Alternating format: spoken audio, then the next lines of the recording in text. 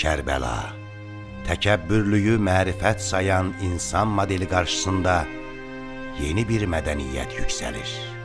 Fədakar, təvazökar və əli açıq İmam Hüseyn aşiqləri dünyaya böyük dərslər verir. Ərbəin, yəni 40-cı gün, İmam Hüseynin şəhadətinin 40-cı günü. 14 əsrdir davam edən bir həqiqət. Səddamın dövründə gizli baş verən hadisələr, son günlər dünya miqyasında misli bərabəri görünməyən bir atmosferə büründü. İrqindən asılı olmayaraq, insanlar Kərbəlanı könüllər fatihi bilərək, dünyanın dörd bir yanından İraqa axın eləyir. Nəcəf və Kərbəla arasındakı məsafəni təqribən 3 günə piyada gedib, İmam Hüseynin türbəsinə yetişirlər. Bu insanların sayı 20 milyonu keçir. Yəni Kərbəla zəvvarları İraq əhalisinin sayına bərabərdir. Təsəvvür edin ki, kiçik bir şəhər ölkə əhalisinin sayı qədər insana ev sahibliyi eləyir.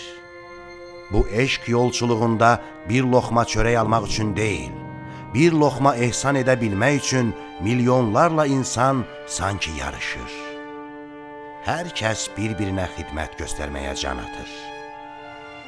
Dahi Nəsimi gözəl deyir: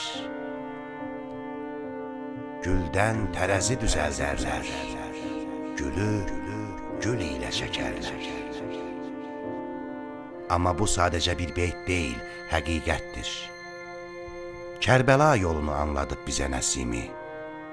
Öncədən bir-birlərini görməmiş milyonlarla insan dövlətin təhlükəsizliyi xidmətindən başqa heç bir dəstək olmadan gecə-gündüz yol gedir, yeyib içir, öz ehtiyaclarını belə özləri qarşılayırlar.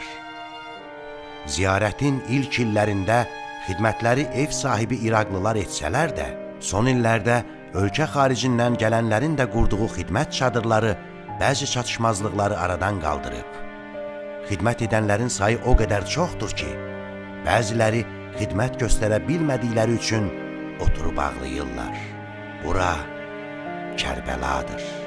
Burada kimsənin dilinə, irqinə, məzhəbinə, yaşına və dininə baxmazlar. Bu yola düşmüş hər kəs dəyərlidir, əzizdir. Şərəfdir aşiqə canan yolunda yanmaq deyən aşiqlər, minlərlə kilometr uzaqlıqdan, hətta uzaq qitələrdən də gəlib bu eşq yolculuğuna qoşulurlar. İnsanlıq tarixində bunun bənzəri yoxdur, olmayacaq da. Say baxımından bura gələn insanların 1/4-ə çatan ikinci bu cür hadisə tapa bilməzsiniz. Təəssüflər olsun ki, belə bir hadisə xəbərlərdə və gündəmdə olmağı artıqlaması ilə haqq etdiyi halda, dünyanın marağını özünə cəlb edən eşq yürüyüşü, ölkə və dünya mətbuatında yetərincə işıqlandırılmır.